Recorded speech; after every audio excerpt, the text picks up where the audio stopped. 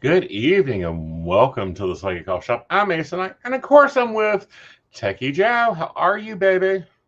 I'm doing pretty good. How are you this evening? Insane with a slight dash of cocaine overlaid with coffee and espresso. There was cocaine. Not yet. I wish there was. God, life would have been easier in March. There was not cocaine, guys. There was not. Yeah. There was none, Caffeine. but Caffeine. Tons of caffeine. yes. What the hell? Yeah, no. Well, there went our monetization for this video. I don't know. Only if the patrons refuse to pay, because that's our only monetization. I know. I'm just saying, in the future, Mm-hmm. we're gonna have like 3 videos that could actually be monetized. It's gonna be hilarious. Probably not even that many. Oh, I know, right? Yeah. Oh, funny things happen. Mm-hmm. But yeah. Yeah. Well, we're here. He's getting all the linkies sent out. Sorry, we're running a few minutes behind. It's a little nasty outside. It is. It is. It's nasty in fucking March. You know, we just happened to getting into a Mercury retrograde season. We had 7 planets take a parade around the Earth at equinox. Y'all guys sort of saw that very gorgeously. And then turn around, and I don't know, my calendar and our worlds, because, you know, we live in multiple, is insane. Yes. Yes. It's been a wild March. It has. It's causing us to take some effects and some decisions. And let's kind of talk about those for a moment. Okay. We're moving times. Why are we moving times? Because it seems like Tuesdays and Fridays, everyone wants to stack the fuck up on me. It is my fault. Yes, I understand. I am working 14 different networks, running a Sims DJing and having a DJ career, hosting and having hosting career, YouTubing and having YouTubing career, running a podcast network, 2 advisor platforms, coaching advisors, working on beta teams. My life is insane, to the point that even my planner said, fuck you, I'm out of here. Yes. It quit. It quit. Literally, it quit. Yeah. Hey, Gwen. So with that, we're going to move our show to Wednesday. And do you want to do Saturday or Sunday, honey? Oh, Saturday would be better. Okay. So we're going to do Wednesday at 8 and Saturday at 7. All right. Yeah. Yeah. That way it'll work around my other shows that keep multiplying. But you know what? I'm having probably the best passion and the best fun I've had in a long time. Yeah, like everything's technically going well. The only thing we ran into is, well, and let's just talk about it for a second. Is with like Second Life. We had been really interested in a DJ for an event. The problem is we don't have a host for this DJ. Aeson, that's where Aeson comes in. And the only time she can do is Tuesday nights. Yes, because she runs her own club and has her own stuff going on. She does, but she's awesome. Like she is my great. God. Yeah, right. It was wonderful. Right, and she brings out the side of Aeson that Aeson doesn't use that often.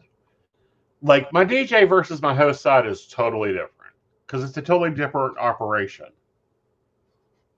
It is. It's a very different function to be a host than being a DJ, of course. But it's a whole different skill set. Like DJ is more about the music and the taste and the getting the vibe right for the party and all that. Right. The venue and all the things. The host side is actually kind of the feedback of that. But it's also the interaction with the crowd and so it's a little bit more like an MC. Right. It's sort of like splitting DJ and MC. Right. So yeah. Yeah. go around the room, get a feel for everyone, how they're doing, what's going on. Mm-hmm. That's hard to do all on one computer with one keyboard, one mouse, Right. and actually keep track of everything. Everything. Yeah. You did. Yeah. But no, I had a blast last night. Apparently I had things built into the club that, I only apparently use. So I go to do one of my functions in the club, and it's like, it is 10 after, and I go up and it's backwards. Yeah. So we were having to do some edits on the fly last night. That was kind of wild. Well, because you said it like this isn't working right, and I'm like, okay. So it's like I go check it out, and everyone's like, wait, why is? And it's like, I'm repairing. Like I've donned the maintenance hat. Mm-hmm. I'm in here fixing. Like it'll just be for a couple of minutes. Let it go. Right. And of course, she flips on YMCA. She sees your maintenance hat, which is a hard hat. And she's like, "Oh, floor show, we must have YMCA." And she no, not a floor show. I'm like, no. Like I guess fixing something. I guess I should have become a stage crew ninja for that moment and just don the all black and the black ski mask, the black shirt, the black, because we've all universally agreed that no matter how alabaster a stage crew member is, right, if they're wearing black, they don't exist. Right. They're not part of the show. Right. So, So, but no, so because I'm taking over the host position for her exclusively, at least for now, one, I'm a different style, and this is the other thing I found is even though I have great hosts, I'm a different style host. Mm-hmm. And that happens because you have different types of NCs. I'm out in the crowd, I'm on the pole, I'm dancing on the ceiling, I'm whatever, keeping the crowd entertained. Yeah, well, and I think some have a real struggle with what's the host supposed to do? Right. And it's like, okay, well, we need you to engage people. It's the long and short of it is go engage people. Corral the monsters. Right. Well, not to corral them, but get them in there, get them comfortable, get them drunk. Oh, yeah, we can't sell drinks in SL, but, my bar supplies them. And, you have to find your real one. And then rock it. And, so it comes with multiple things going on. And then just multiple things in general is going on in the host's brain, and the DJ is doing a different thing. And it work. And when I say I exclusively host for her, it means that I'm going to be her party host. I'm going to make sure she gets things done. So we're going to move the Tuesday to Wednesday. And the Friday is just because everything gets insane. I don't have a show on Friday currently. And I probably won't, but it just makes it easier because I'm getting my shots. They're always a Monday and a Friday. So that bumps shit. Everything else kind of gets in the way. So it's just easier. We'll bump it to Saturday. Right. Well, I was going to say, we've had to reschedule a few Friday shows already because of events going on in Second Life. Because we were going to have to do some of this anyway because of the third Fridays in the events we were hosting. So it was kind of like, at this point, seems like it would just make more sense. Right. And, because at least in one quarter, 4 Fridays are getting moved. Yeah. Right. Yeah. So if we're moving that many, it's time to just accept it. Right. Accept it. Make the move. We've done this before. Yeah. So it's going to be a little jumble for everybody, and that's okay. But we're going to have fun. What else can we expect out of Mercury and Dr. Grey, Joe? technical issues, technical problems, computer problems stacking up. Absolutely, and that seems to already be kind of hitting. Mm-hmm. Like I have at least Mm-hmm. 2 clients with Outlook issues that are just bizarre. Well, he has more than 2. He just doesn't know it. Oh, okay. You know, I am sure everyone is having the same Outlook issue. Mm-hmm. Mm-hmm. Well, actually, there are different Outlook issues. Okay. Yeah, but no, I already have 2 clients with Outlook issues, and I mean, for the most part, Outlook is kind of a set it and forget it product. So it can be kind of fun like that. But yeah, when Outlook has problems, they're some of the most annoying problems. Well, no, and the reason I say you have more than 2 that have the issues is because I'm like, yeah, mine does that all the time. Oh, okay. Does it? Yes. Oh, okay. Yeah, like I've restarted my computer because my Outlook won't run. I restart my computer because it wants to tell me it needs to repair itself, and then goes and fucks off till Tuesday. Yeah. Yeah. Well, I mean, they're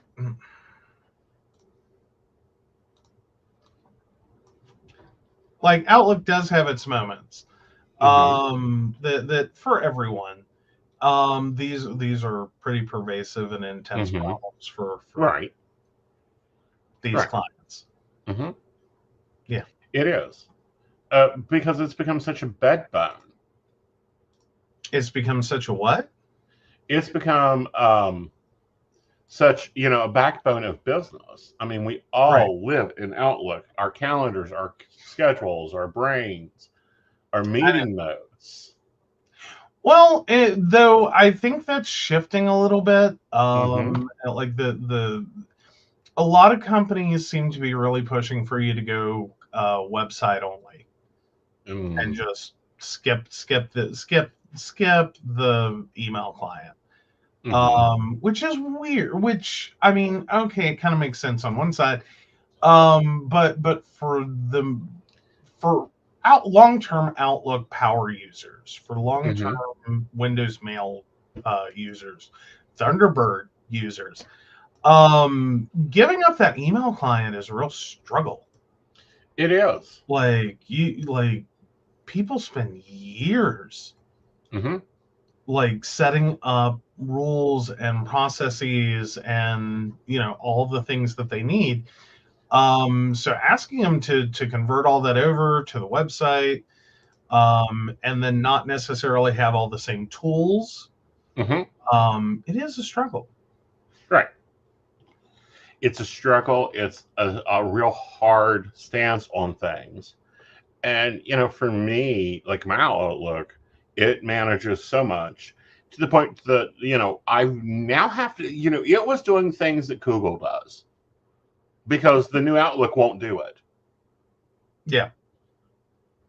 Well, there's some of that. There are some things. Well, the new Outlook especially. Oh, Microsoft, what were you thinking?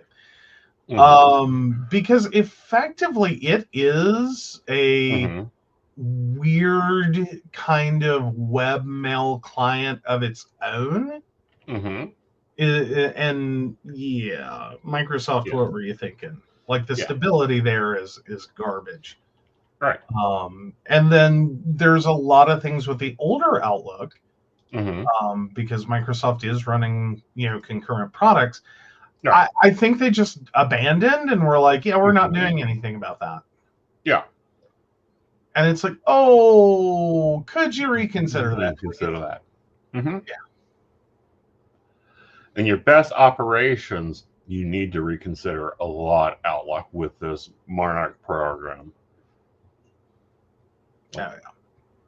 The bird's a pain in the ass.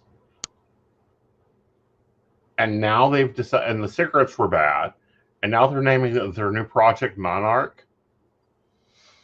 Well, it's supposed to be a very unique butterfly. And it's like, oh, it's unique. It's unique. Right. It's still it is a departure from what they've been doing, and it doesn't seem to be in the right direction. Right. And it's so I'm kind of waiting for Microsoft to reevaluate this, and either come back, Right. or everyone's going to do a mass exodus. And it's I'm kind of tired of watching people do the Microsoft mass exodus. I think we all are. And then like my backup has always been Thunderbird, and I went and played with that for a weekend, and it literally lasted about a weekend. Yeah. And like, get it away, scary, bad man touch me in bad places, go away. Yeah, Thunderbird really hasn't kept up. Like it's a weird place for email clients. Right. Like it's just not the thing that it once was. No. Even though so much of what we need to do, what most businesses need to do, right, is kind of reliant on it. Yeah. It can often be your most ubiquitous point of contact. It is for the business itself, a very massive part of it. Right. In getting stuff done for the business and getting notifications about things and getting orders and getting payment information and managing accounts for the business. Right. It's a really important component. Right. Well, it's like there's a few meeting of people or older time advisors that will send me a meeting request in Outlook for Outlook that only works on Outlook. If you don't have Outlook, it doesn't know what to do with that meeting request. No, it does not. So yeah, it's. So I really hate to see, like, Microsoft had a really, once upon a time, and this is kind of the story of Microsoft, like with everything but Windows that they seem to really try to pay attention to. Success varies, the mileage varies there. But in terms of like applications, Microsoft's done this repeatedly. They release a product, they finally get it to a point that it's pretty decent. It's got some ubiquity, like it's great. It's got some decent market share, or even market dominance, and then they try to do something, right, and it blows up, right, and then they're kind of like, well, I guess we're done with that now. And it's like, Microsoft, what were you doing? Right. Like, why are you ABC networking your products? Right. Because sorry, I have this firm belief that ABC network eternally gives up on programs, or what goes into ABC goes into programming with the expectation they're going to cancel it, and then like they do it. And they leave this void, this weird void of like 1-season shows and 2-season shows that really thought they were going to get renewed, so they didn't really write the show out. You know what I mean? Like they didn't make the writer effort because they thought, we'll get picked back up. Didn't make the writer effort to finish the storyline or leave it in a place where the audience is okay. This is why I refuse to watch anything from ABC until it's had like 3 seasons. Well, even then you're not safe.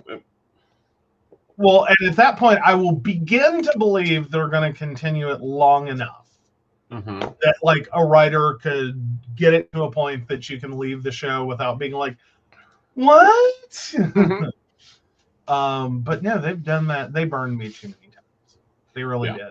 I don't know why anyone gives ABC Network new programming at this point. Like, why? Why are you doing it? Well, but it's anyway. Like on the other side of that, I'm really pissed at Sci-Fi. They do the same thing. I will get soaked into a show. And when I say soaked, that means I'm tuning in. It makes it to my calendar that it's coming on. And we'll be in the middle of a storyline, and all of a sudden, this happens, and suddenly everyone's in stasis except for one person, and they're floating through the galaxy. And showed And it. no. Right. Yeah, well, that's sort of the old sci-fi, like the new sci-fi worse. Like I don't think sci-fi knows what the hell it's doing anymore. It doesn't know who it wants to be. Right. It's and I think a lot of this is because the network television marketplace became so saturated with reality television, Right. that a lot of networks lost themselves. Mm-hmm. And a lot more networks are like, well, how do we compete with that? Right. So I kind of hope for some that they just have stuff they've been accumulating. Mm-hmm. And they're like, not now, but in the future, we bought the rights to that. We'll make a show. Exactly. Is what I keep hoping is going to happen. I keep hoping. Yeah. Yeah. I keep hoping that. But old sci-fi, not the very early days, but older sci-fi when I started producing its own television shows. They had some weird moments of like, we don't think this is working, so we're gonna like throw it away, and everyone's like, no. Right. You know what I mean? It's like encore. Like it almost felt like they did it intentionally just to get feedback. But then it made us all kind of wary viewers. That like, well, how engrossed do you want to get if they're again going to pull this ABC stunt? Like, well, and the biggest problem with ABC was always that it couldn't find a show that would compete, and they got so competitive that it just kept killing stuff before it could get traction. Right. It's like watching the guy with a 4x4 go off road and get stuck, and because he's not back on the road, he just sits there with his foot on the accelerator, going as hard as he can go, except he's not going anywhere. He's just spinning up mud and just won't let off and just, regroup. Work it out. Let it ride for a minute. Like, just calm down. Right. But no, that's been my, and I've seen that with like ABC. TBS went through a string of that. Where they like started stuff and killed stuff and started stuff and killed stuff, and it was like, calm down. Like I've always appreciated like Fox, US and USA both were really good for picking up stuff that got abandoned. Right. And like pulling it out of the salvage heap and being like, we'll fix it. Right. Can't believe you gave that up. We'll take it. Like we will nurture it back to health. We will fix the broken bird. Right. It's that's cool. Right. So yeah. Yeah, and I really have trouble at times with getting some of these into shows. So that's the reason I stopped watching TV. And then we started getting you back into locked in documentaries. They are done. They are finished, or we thought they were. And it's like, this will be interesting. Not so much. But I am liking some of the things that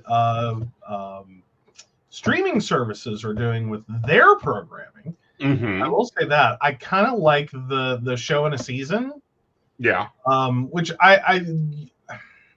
I kind of think you could say that Ryan Murphy premiered that with the American Horror Story franchise of like, one season, that's all it gets. We're going to reuse actors and we're going to tell a different story in the same genre. Right. But it's not a continuity, although there is some overlap and that part's weird. Right. But it's not one continuous show running into perpetuity. We took a season, we did a thing in like 12 parts or whatever, and then that's it. That storyline completes. Right. And it's totally fine on its own. Right. And even the rest, like even the overlappy parts, they did a really good job. It's cool if you have watched the other seasons. Right. Not always the most necessary. It's not like you're totally lost if you don't watch it. Right. You're like, oh, that's a little weird, but okay, whatever. And easily forgotten if you did watch it. Right. You're having a whole moment. You know things that are going on that like, oh, yeah. What's this? But also, what I noticed with one of them was there was a little bit of debate on how to watch it. Oh, which one? Mary Paul, the one you just watched. The Pearl X Maxine, X Pearl Maxine. Yeah. It's technically known as the the X trilogy. And yeah, and it's 3 movies. The first movie is X, or one of the movies is X. One of the movies is Pearl. The third and final part of the trilogy is Maxine. Right. And it seems like everyone agrees that Maxine is the last one you watch. Right. And for good reason. The other 2 you could interchange. And I could see you having different experiences. I kind of like it in the X Pearl Maxine, which is how I watched it. I didn't know it was a trilogy, or was it going to be a trilogy? So I watched X, and then you were like, "Oh my God, you're watching X," and then started telling me that, oh, you're not supposed to watch that one first, and I'm like, well, too late. Right. Like, too late. But I will say that like it does make the most sense in the order that it was, I think, technically released, which is X Pearl Maxine. Because I would think if you watch Pearl first, which technically the way it's set up, that's the earlier storyline. I don't think it would make as much sense because there's some flashbacks in Pearl to X. And if you haven't already seen X, it's going to be really redundant and weird when you watch X. Right. So I think it really should be X Pearl Maxine, but there's other people that I'm sure have very valid arguments for swapping those 2 around. Right. Other than just in terms of the storyline, it's kind of the past, the distant past, the present. Right. In order of the storyline, that's kind of what it does, or the nearer present. Or you know what I mean? Yeah. The not so past. Right. Yeah, it's still kind of it's different. Like the storyline, and that's also coming out a good bit now too. Well, and I think the easier way to say that is X is like the 60s or late 60s, early 70s, something like that. Pearl is the 40s or the 30s, or no, 1918. Yeah. Right.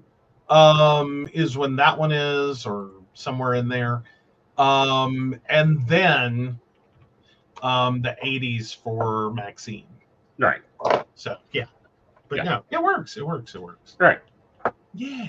Yeah. And you get to have fun, but no, we're seeing a lot more of these choose your adventure. Yeah, there's a lot of things that have debate about like what order you watch them in. And I sometimes I'm like, I get it, especially with like some things that are kind of ambiguous, or like the titling makes it confusing. Right. Because like Alien, that whole franchise is confusing as fuck. Okay. Well, because I don't think they ever meant to make multiple movies. No. Like, it's supposed to be a movie. And they called it Alien. And then they did Aliens. Right. Like, wow, we'll make a 2-parter. And then I think the 3rd movie surprised them. The 4th movie, I think there's 5 or 6. Right. Like, it just kept going, and they're like, oh, shit. This whole aliens think this through. And so they started doing like things with it, and then it got a little confusing as to, okay, which one comes before what? Like,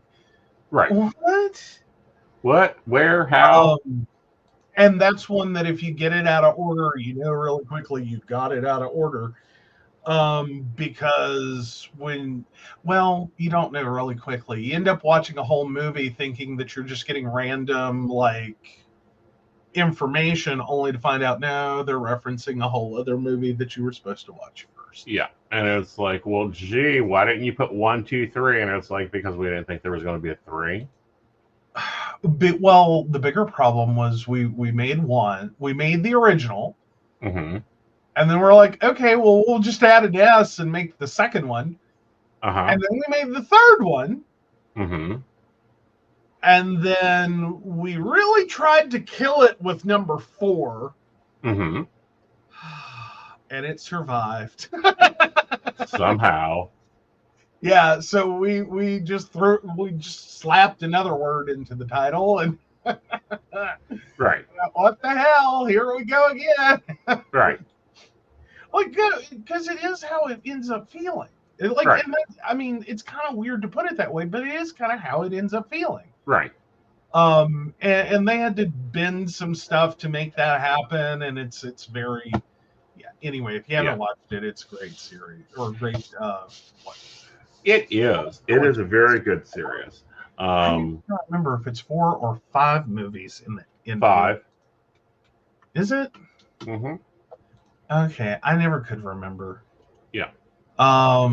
Because there's one you could just not watch, and that would be okay. It's not the end of the world if you miss one. And I think it was the third one? Or the fourth one. It just kind of... Again, it was like they kept trying to kill it, and it just wouldn't die. I mean, it sounds really bad to put it that way, but it's sort of how it feels. Not to ever be confused with, like, Die Hard, which I think was another movie that it was just supposed to be one movie. Like, I don't think anyone had a plan for a second movie, or if they had a plan or a hope of a second movie, they figured that's probably it. But that was one that I think they kind of sort of, they weren't trying to kill it, but they were having I don't think we're going to make a next one. And then they made the next one. Oh, I think they were trying to kill it hard, multiple times. Well, I think with the very last one, they were like, no, really, guys, we're done.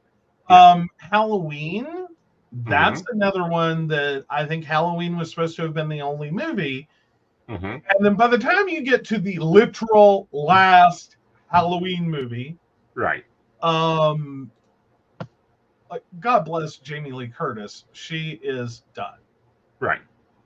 She is so fucking or Jamie Lee Curtis, Jodie Foster. Jodie Foster. Yeah, thank you. She's done. Right. It's Jamie Lee Curtis. She's done. She's totally done. She is absolutely positively, I do not want to do another fucking Halloween movie.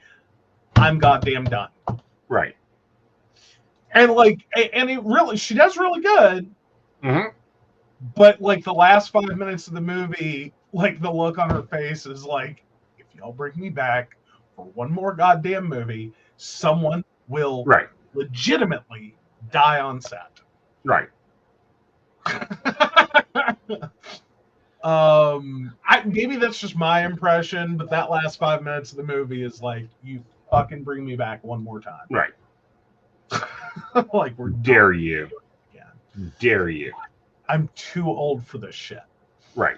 Like, which just, I mean, like, that's like, whether she is or isn't, it is a legitimate feeling to have at this point. This is a genre meant for youngins. And screen queens. Well, yeah. Yeah. Yeah, I think she had fun with literally scream queens. Yeah. Like, I think she had a lot of fun with that. I don't know how you couldn't. But trying to just be the final girl. One more time. Right. Like, and then, for me, that doesn't get invested into names. Mm-hmm. I just get invested in character looks. I'm like, oh my God, this woman's going to be in therapy for 30 fucking years. Careful with that. That actually we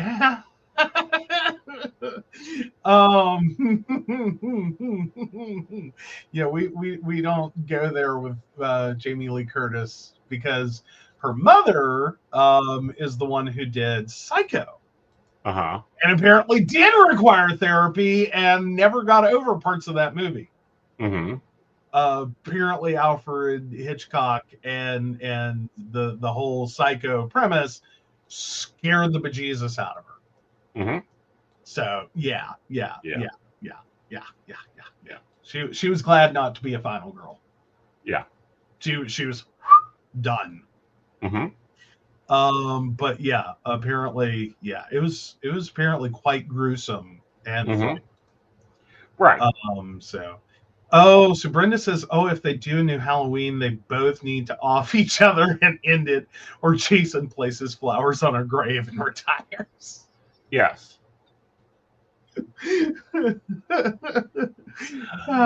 See, that one way I would love that to go is for the mother to come back, because I know that she's that she's one of the bosses in the game.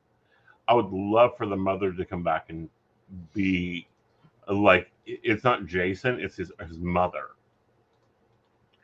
Well, yeah, if they do it, yeah, fair enough. Because I don't think Jason's not the character name, because that's Jason Voorhees for no, is it? I'm lost. Okay. Anyhow. Too many horror movies, and my brain starts going. Well, yeah, that happens, especially around me, who can't keep up with who is who and just pays attention to what he likes. Thank you, Michael Myers. Thank you, because that was going to bug me all night, because I was like, wait, no, it's not Jason. It's not Jason. Yeah. That's... Well, I mean, that could be a crossover. Uh-huh. That would be kind of... Well, they've done that, but you get what I mean. Right.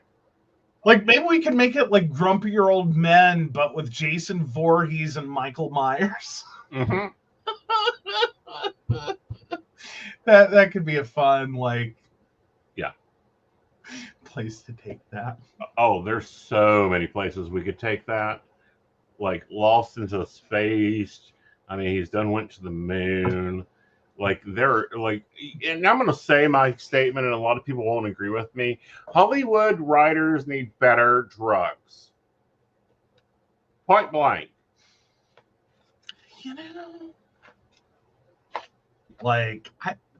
We could stop with the never-ending franchise. Mm-hmm. I mean, take the Ghostbusters franchise. Jesus Christ, took them long enough to come back around, but even by the time they did, everyone's just like, are you fucking shitting me now? You haven't had another good idea since the mid-fucking 80s? Right. What the hell? Back to the Future again? Christ. Find a new idea. Right.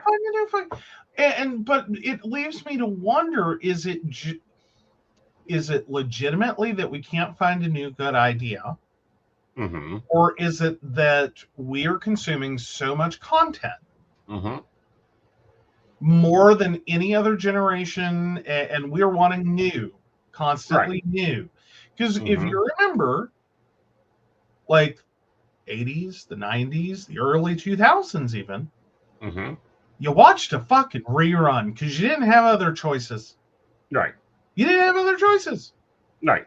You want to watch something else? Go to fucking Blockbuster. Right. That's your choice. Mm-hmm. That's it. That's all you got, folks. Of course, I remember, I don't know, and I just can't do it anymore.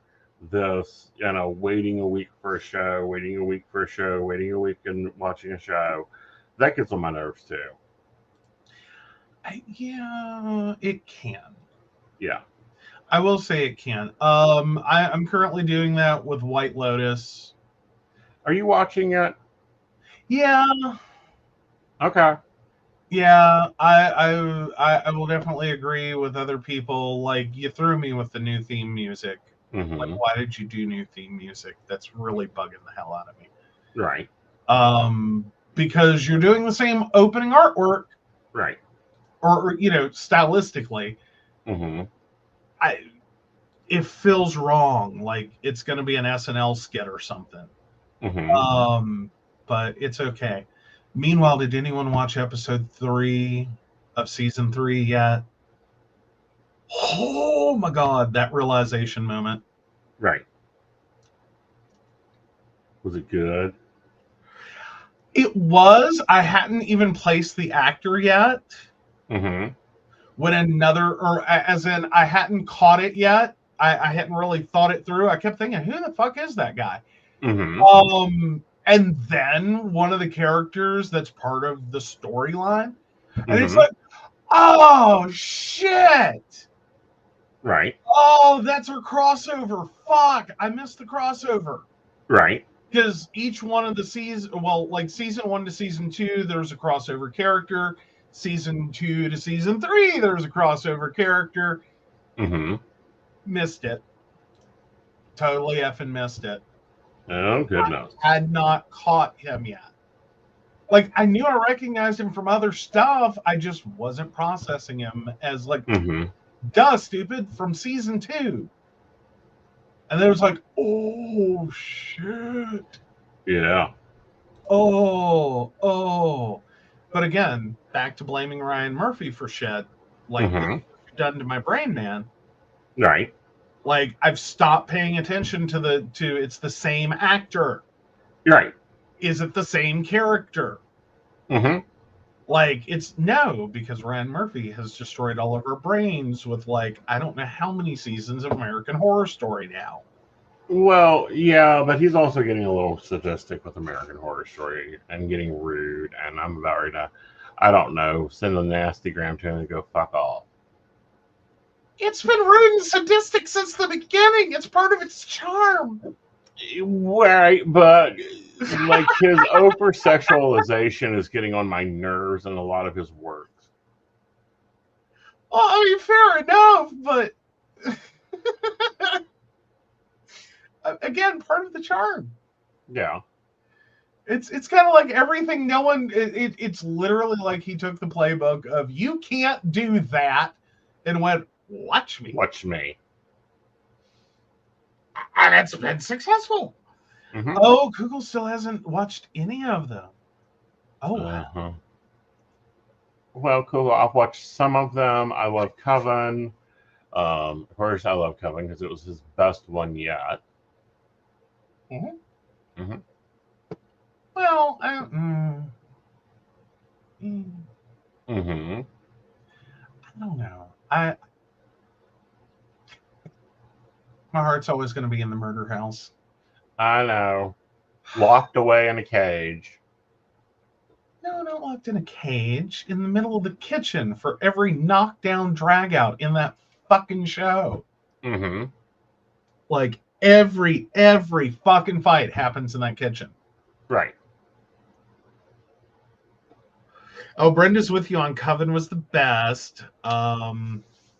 But love the set on the hotel one with Lady Gaga.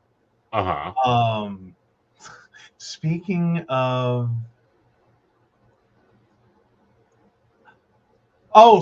his shows, I want your opinion of the New York season. I'm not there yet. Like, I have to take him in pieces. Yeah, you're not there. I did watch it.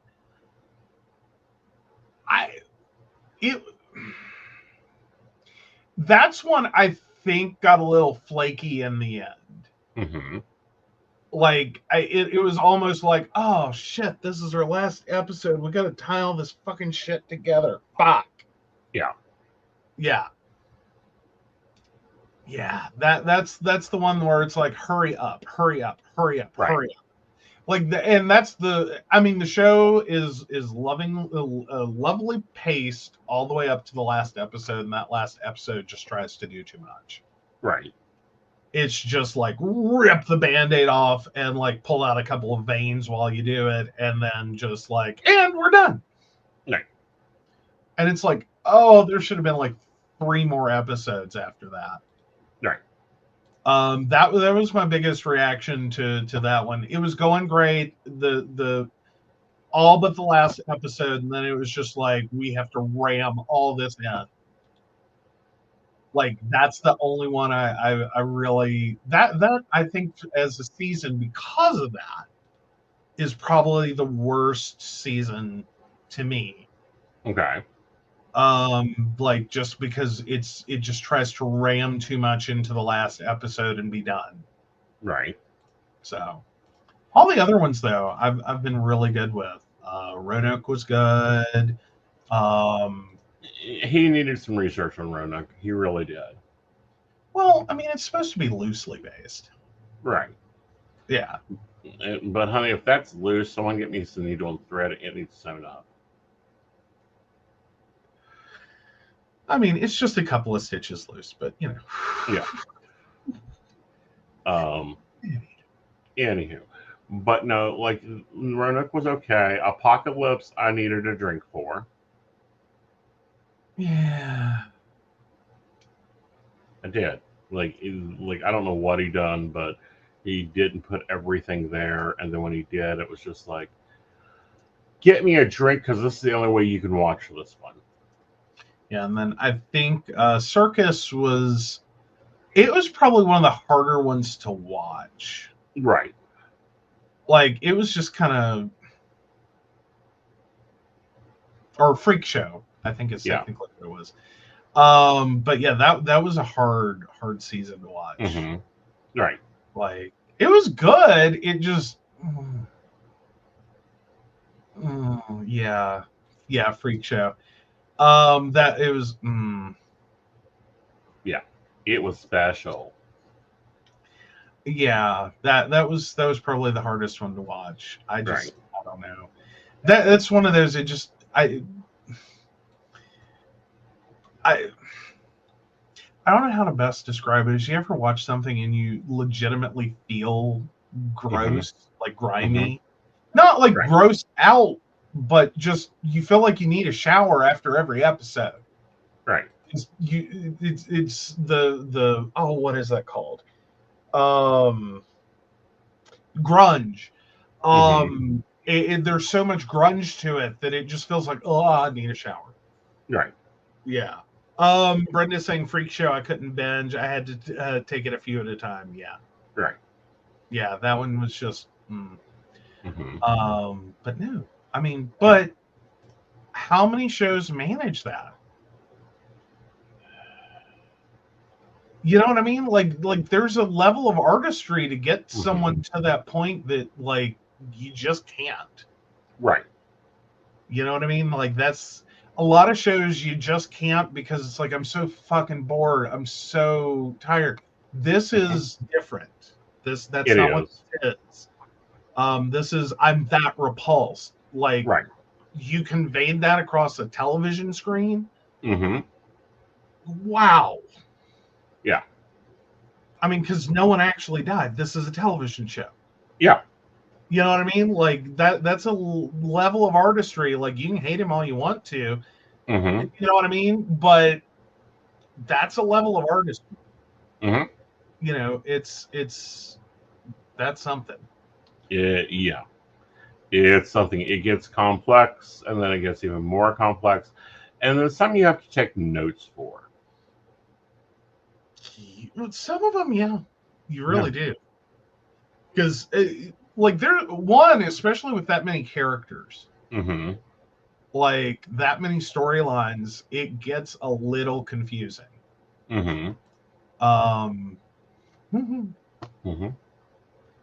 And it gets complex.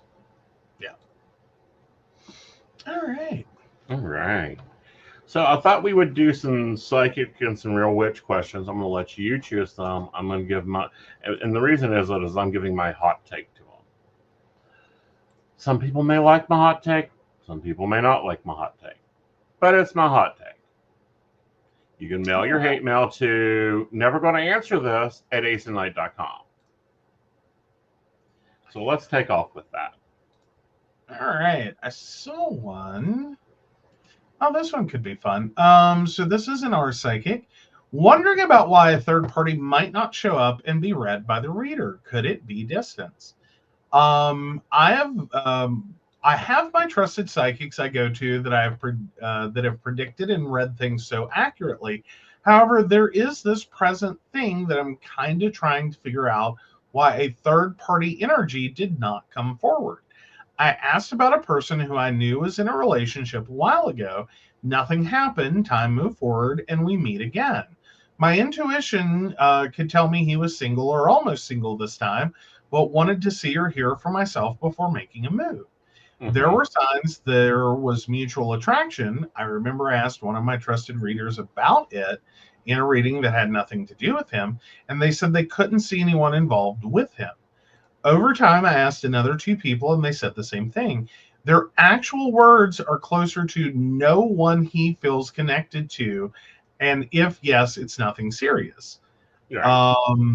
Well, I found out later he supposedly is still with someone. Again, nothing happened, but I'm curious why the readers couldn't feel the energy. I know the person is not in the same country, so could it be because it's long distance? Or if you're saying something they're not, and what I mean by that is they're ignoring the relationship that could be there because it's impossible in the end. Like I don't do one night predictions. Sorry, I can't tell if you're gonna go get laid at the bar tonight. That's not my style of reading. That's not what I'm looking for. However, you may be wanting to know, or you may think you're in love, and it's just a one-night stand. You lame, and it's kind of like, I ain't writing home with that or telling anyone about that one. Well, and I think there's a big difference between asking about a relationship and someone who sounds like they're in a situationship. Right. It's not really a relationship. It's not really a hookup or a one-night stand. Right. Doesn't really seem to be going anywhere, but it doesn't seem to be ending either. Right. But it's not subject to change. Right. So how do you read that? Right. Like, how do you, like, if the person you're asking about isn't really all that invested. Right. And the person that they're with in that situationship isn't all that invested. What are we talking about? Right. Where are we talking about it? I mean, you're basically talking about your long distance provider. Right. I mean, ultimately, like, does anyone care? Right. It's not that big a deal. Right. I mean, that's how I would kind of describe that one. Right. In terms of that's about what it sounds like, is it's just not that. Right. It's not that big of a deal. Let's see. All right, so let's switch over to real witchcraft. We'll go back and forth. Yeah. Ooh,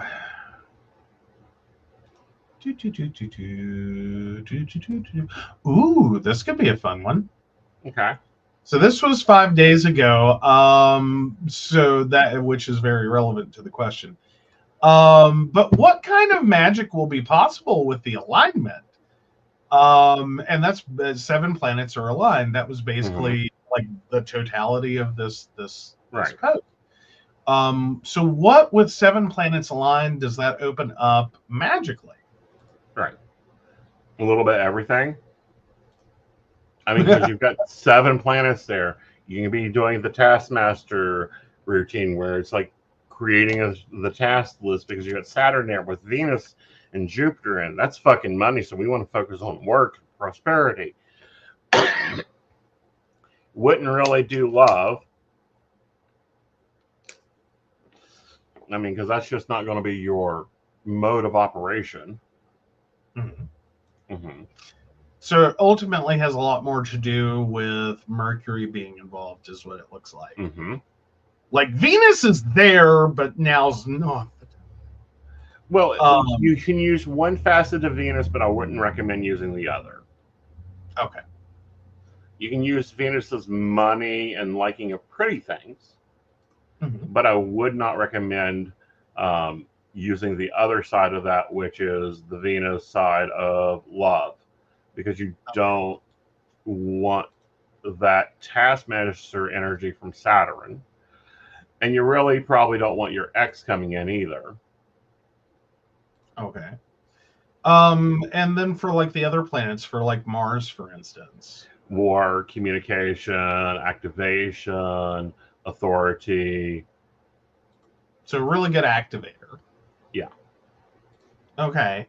Yeah. And then with the Jupiter alignment, you want benevolence. You want to work on with his benevolent side, his side of making things bigger, harder, faster, stronger. Okay.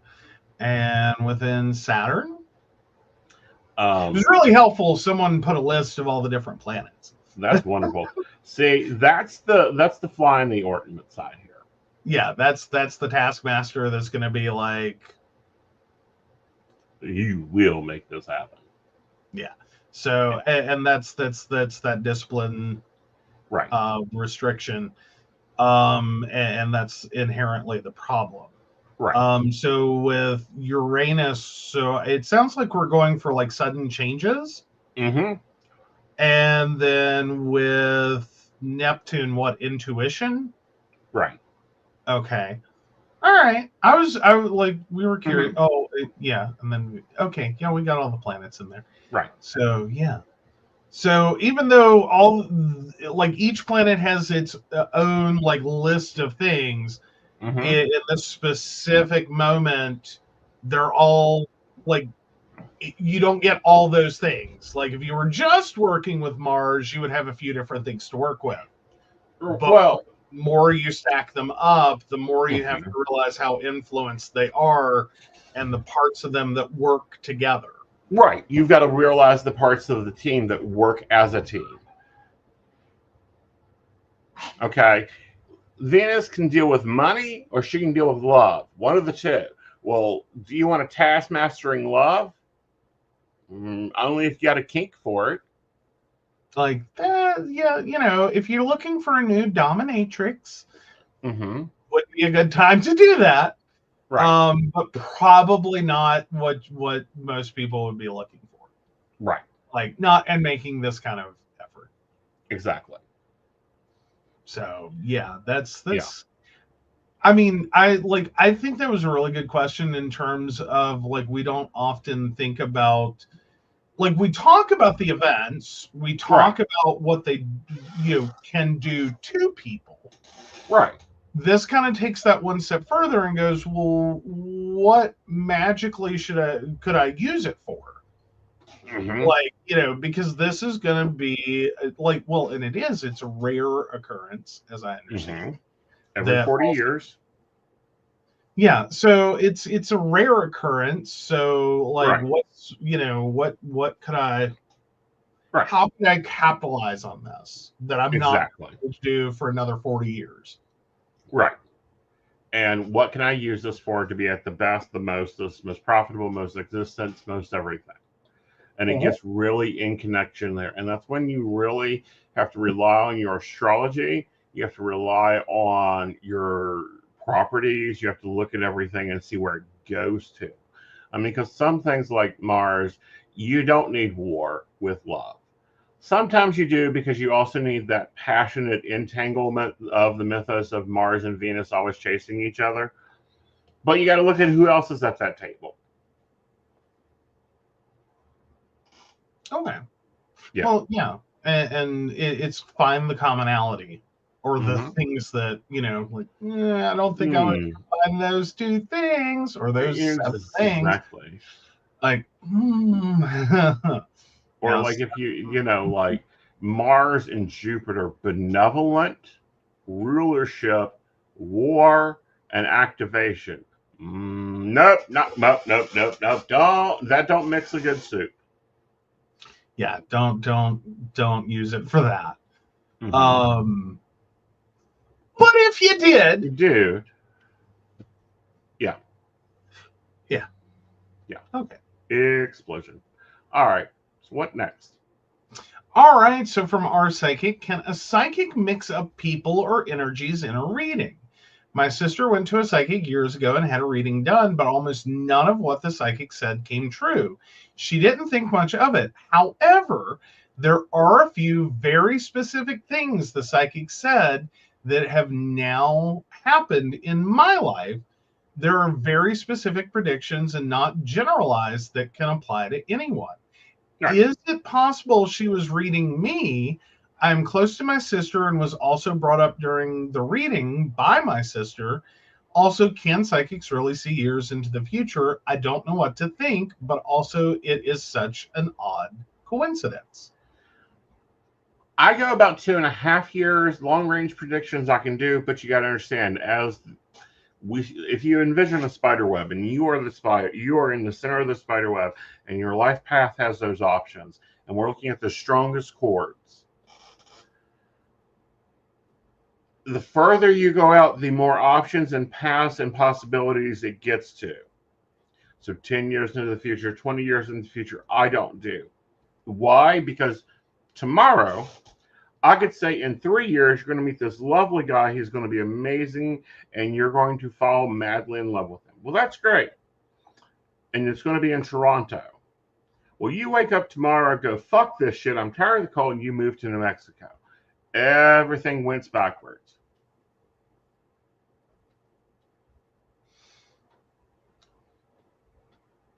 James, I need a birth date. With a year. So that's why I'm like 2.5 years out for events. So, but and here's the other thing: if you and your sister, and this is common in siblings, they have very similar energy patterns. They also have very similar life path plans. Could the psychic have hopped onto your string when she brought you up? Possibly. Could you have decided to take an opportunity your sister turned down, and therefore that puts you on the path? Possibly. That works. I'll take that. Thank you. All right, so let's take James's question. All right, so James, September 83. Can you tell me anything about my imaginary friend that I had as a young boy? Was he a spirit? He was more than a spirit. He was a spirit god. He is still around. You just have to start talking to him and listening to him. But understand that spirit guides hang around. They're kind of like our personal spiritual assistant, but you have to form that relationship with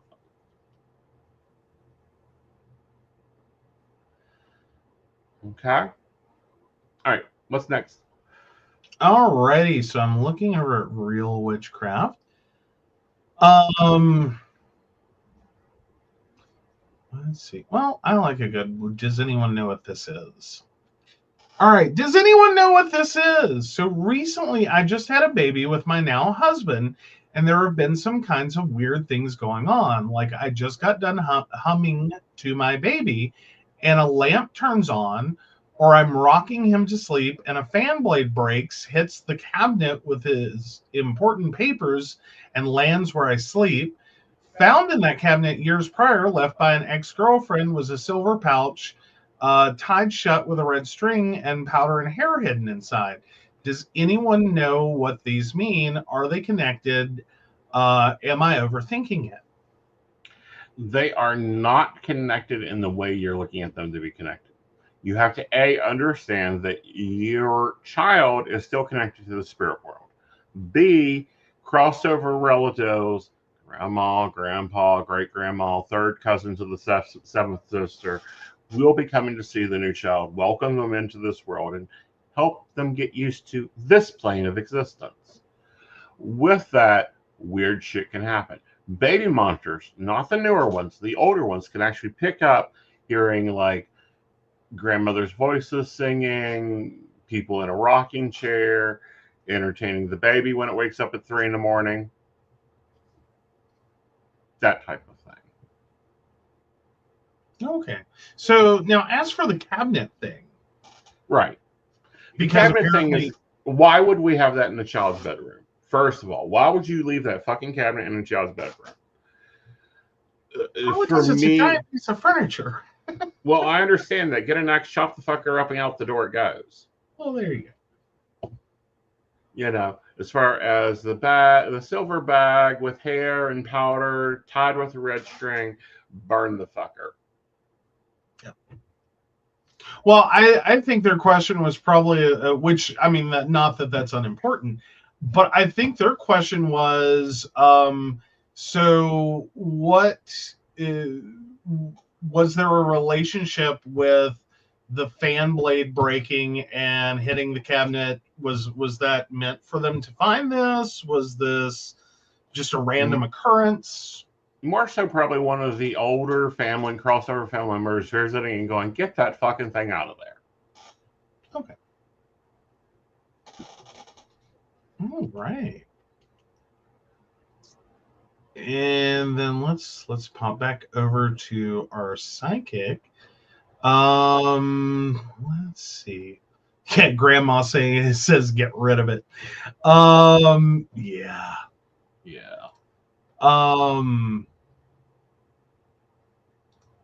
Oh, fun.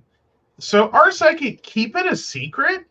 I saw my first psychic today, and a lot of what she read resonated and made sense. But at the end, she said,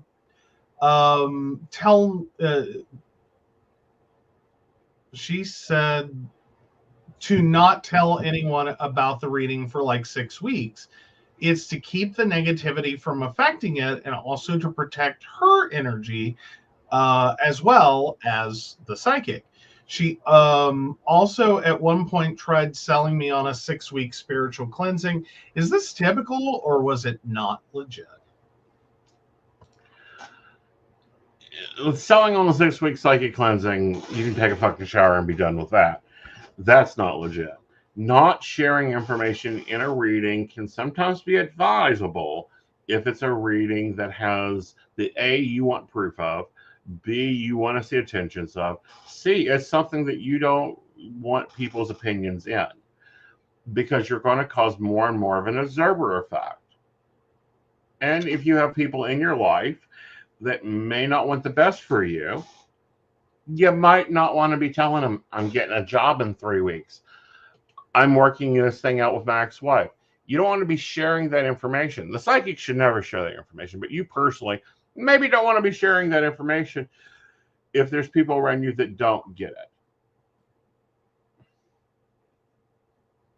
So that you aren't getting that negative interest. I think the psychic's mixing up some principles of magic with some principles of astrophysics, with some principles of fuzzy logic, and I don't like that.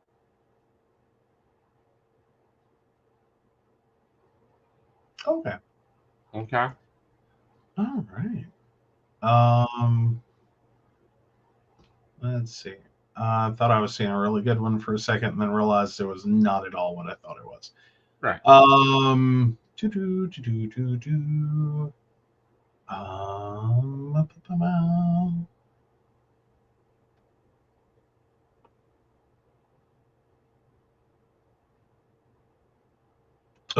this could be fun. All right. Didn't get to read all of it, but here we go. Real witchcraft. Is this the right spell for my situation? Guys, to me, this is not just a love spell. This is a happiness spell. So please try to understand me. For context, I will provide some information on the current situation. And I know I am crazy and I don't mind getting judged, but please don't judge her.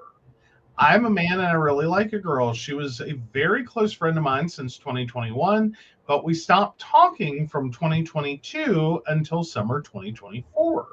This was because she got into a relationship with someone, but when we started talking again, I didn't want her as just my friend. I wanted her as my girlfriend, so I started flirting with her. Months passed and our flirting got more common. She broke up with him a couple of times, but got back with him because she feels sorry and because they had sex. She didn't tell me that, but somehow someone I trust told me. But I'm open-minded, so it's not a problem for me. When we talked, I always told her I will be the best for you. I will give you the world. Trust me, be mine. But she somehow drags me by kind of flirting and good words, but she doesn't want to go on a date with me. I ask her out, and she tells me she can't because her parents are very strict. I don't want to be dragged, so I distanced myself and acted nonchalant while swallowing my heart. Fortunately, they broke up, but she was seen from a trustworthy person going to school with a different guy that she told me is just a friend. Anyway, this is the spell. Keep in mind, this will be my first. I am a complete beginner. Ingredients: red candle, bowl or plate, water, salt, a small paper, bay leaf, honey or sugar, lavender, black salt, coffee. The spell: put the candle in the bowl and fill the bowl with water. Put some salt right in the small letter, my full name and birth date, followed by I attract, her name and her birth date. Burn this paper together with a bay leaf and let it fall into the water of the bowl. Add coffee, add honey, add lavender, and let the candle burn while manifesting what I want. Please tell me what you think. If you have any simpler, quicker, and effective spell, please tell me. If you tell me any better spell, please make sure it's not something where she is obsessed with me, but we can't get in a relationship. I don't want that. I want her to love me, be loyal to me, and to be in a happy, healthy relationship together.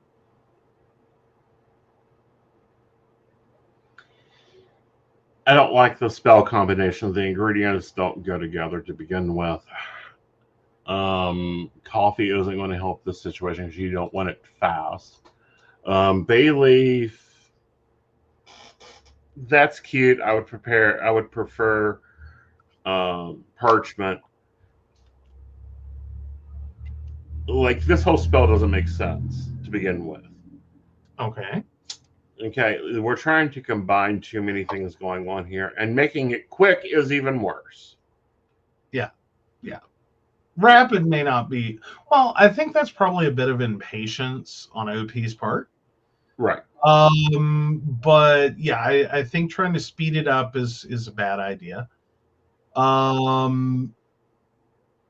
Furthermore, honey is going to sweeten situations. That's cute, but it isn't. Like, none of this brings love. Lavender is the nun's fucking herb. Okay. Yeah. You want brings to a lot of luck. No, it brings zero sex to this relationship. Well, but here's the thing, though, because you universally hate the idea of love spells, right?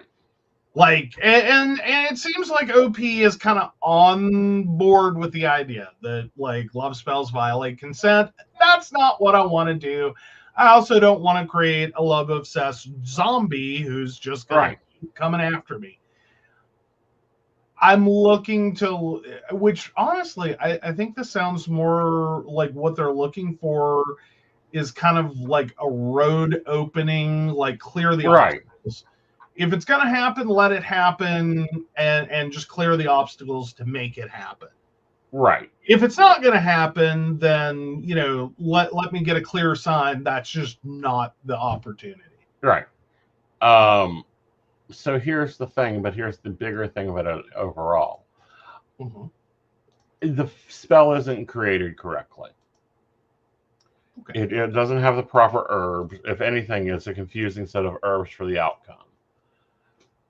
So with that, don't do that fucking spell. Okay. So what like sum it up, like what are they likely to get out of this if they did it anyway? Cosmic confusion and bullshit, and possibly the loss of the connection. Okay. So it's basically a muddy the waters and make it all confusing. Mm-hmm. Okay. I'd rather them go and get sea salt, honey, roses, and a bathtub. Fair enough. Yeah. That sounds a little more romantic, minus the, like, it doesn't sound like it's going to be like, become obsessed with me. It's more like, I'm looking as good as I can. Right. You're either going to make a choice or you're going to not. Right. Throw in some milk in that. You take the honey, the milk, the rose petals, blend them up together, boil it into a warm cup of water, add that water to a full bath of hot water, get in that bathtub, and think about the connection. All of the connection. And Brenda says it while you're saying it. Yeah. Gotta love the 30-second delay. So Brenda says, why don't people do spells on themselves to make them more open or to bring to light what they need to work on to attract love? Leave others alone to make their own choices. Exactly. Yeah. And sometimes you just need to clear the energy. All right, so we're going to do Are You the Asshole? And then we got to get out of here. Yes, we do. Am I the asshole for buying a new car? My current vehicle, a 2020 Honda Elantra, has a tick as well as a known bent lower control arm on the front passenger side from a previous wreck. So at any moment, the tire could have come off while I was driving down the interstate. I've known about this issue for 3 years and have went to multiple mechanics that are family friends, as well as having my dad look at it as well. All have said if it was just the lower control arm, they wouldn't say much other than replace it. But since it's a Hyundai and they don't have the immobilizers, that I should just get a new vehicle, since they are getting stolen like crazy in my area. And I'm forgetful when it comes to putting a boot on my steering wheel. I, female 21, went out with my dad today to look at vehicles. When we got there, after test driving the car, I found one that I liked and it was going to be a better fit for me. I signed the paperwork for the loan and went on with my shiny 2025 Mazda that I got for, I think, $30,000. Granted, my boyfriend, male 27, has complained for years about me driving my Hyundai because it wasn't safe, but I owed only $8,000 on the car. He is wanting to move us out to Virginia to start a family. I understand that he's mad that I didn't tell him that I was getting a new vehicle, but also I didn't think his opinion was needed because his money isn't being used to buy said Mazda. If anything, am I being the asshole? No. I don't think you're. Here's my thing. Not the asshole is going to be my official verdict. Okay. I think this is your yellow light. Mm-hmm. That he is in a roundabout way wanting to get more serious. Mm-hmm. And that, like, he wants to move you out to Virginia to start a family. He's looking to be more than just the boyfriend.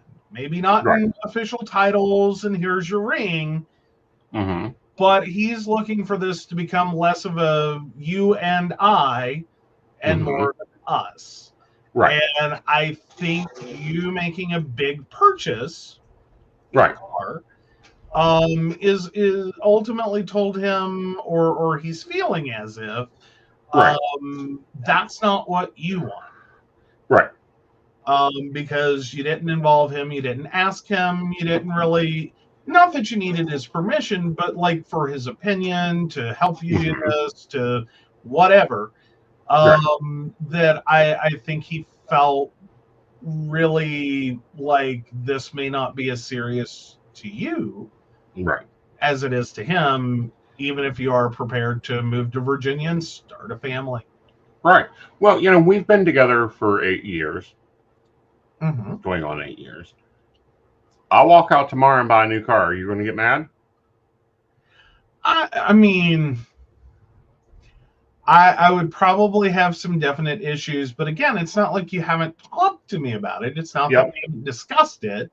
Right. But I think in most longer term relationships, buying a car is a pretty serious purchase, and not one that, as part of a relationship, you want to just surprise. Exactly. Like, you really got to be at a certain financial level to surprise someone with a car. As much as like holiday sales events make it seem like everyone's dream is to come out on Christmas morning to a car with a great big bow on it. Mm-hmm. No, it isn't. No, it isn't. No, it isn't. No. But, and let's quickly, Google didn't miss it out. Am I the asshole is what AITA is. And the question is, girl goes out with her dad, buys a car, didn't tell the boyfriend, but they're planning to move to Virginia together. Yeah, Brenda, it's a little more involved than just tell me there isn't a small sports car in the driveway. Like, it's not just going to be that. It's going to be like, okay, did we finance? Did you cash purchase? If you cash purchased, where'd you get the money? Mm-hmm. Like, you know, what are the financing terms? How much did you pay for this? Is it in good shape? Yeah. Like, before I step outside, please tell me at least someone else looked over the car. Like, you took it to a mechanic, you took someone with you that you know, is, because I will say, and I don't mean this as an insult, we all have our moments with car buying. Okay. I will go buy the most boring vehicle on the planet that is in the best shape, and I will absolutely crucify someone on financing. That's who I am. You get more involved in like features and color and the shiny, and kind of don't necessarily get as deep into like, is it the most mechanically sound? Right. You know, especially for buying used vehicles. Right. That poses a risk. It does. I was kind of like, please tell me a mechanic looked this over before you sign the paperwork, because I wasn't there to point things out. Because, you know, that's saved us a couple of times. One time I wish we'd paid more attention. Like, it was a red flag, but I couldn't figure out why it was a red flag. And then we found out later why it was a red flag, that SUV was parked on a ditch so that you couldn't see under the rear end. Yeah, that's because the entire rear end was rusted out. Exactly. And we never saw it until it hit inspection, and they're like, you're driving on rust. All right, so I'm going to give them a few minutes to do the poll. I'm going to let you do your Vanna White because I have to hit the stage. I know, right? All right, so of course we want to thank Beverly Walker, Mika G, Brenda, Joan Owen, Shannon C, Shannon D, Lady Gwendolyn, Caitlin Bell, Devin, and Bella. If you'd like to learn more about us, the show, or how you too can become a Patreon sponsor and receive all the wonderful benefits our baristas receive, please visit us at pcspnetwork.com. Yes, and I hope you guys can join us at our new time. It's only our time and date is changing, nothing else. All right, so the poll is done, and no, you are not the asshole for buying your car without telling the boyfriend. Yay! But I would watch out for what his intentions are. Exactly. All right, guys, we'll see you later. Bye, y'all. Bye.